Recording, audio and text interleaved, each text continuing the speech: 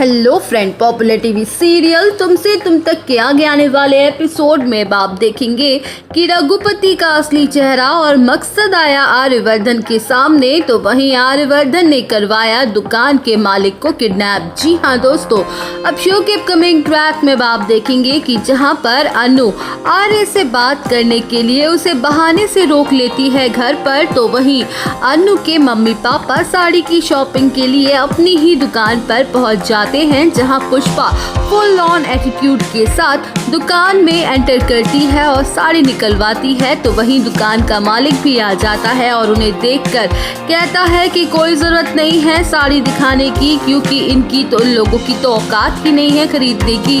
बेवजह हमारा वक्त बर्बाद होगा और इन लोगों को हम उधार नहीं दे सकते हैं।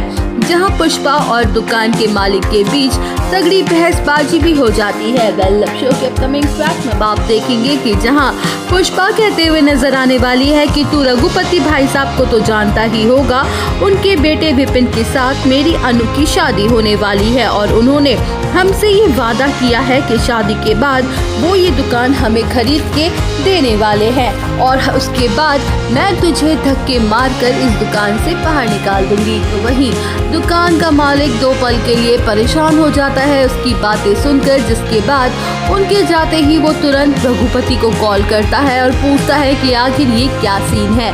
जहां रघुपति कहता है कि हाँ, मैंने ये बात कही थी, वो साड़ियों का मैन्युफैक्चरर आर्यवर्धन सर, जिसकी साड़ी तू अपनी दुकान पर बेचता है ना, वो उन्हीं के घर पर रुका हुआ है शादी के कामों में उनकी मदद करवाने के लिए।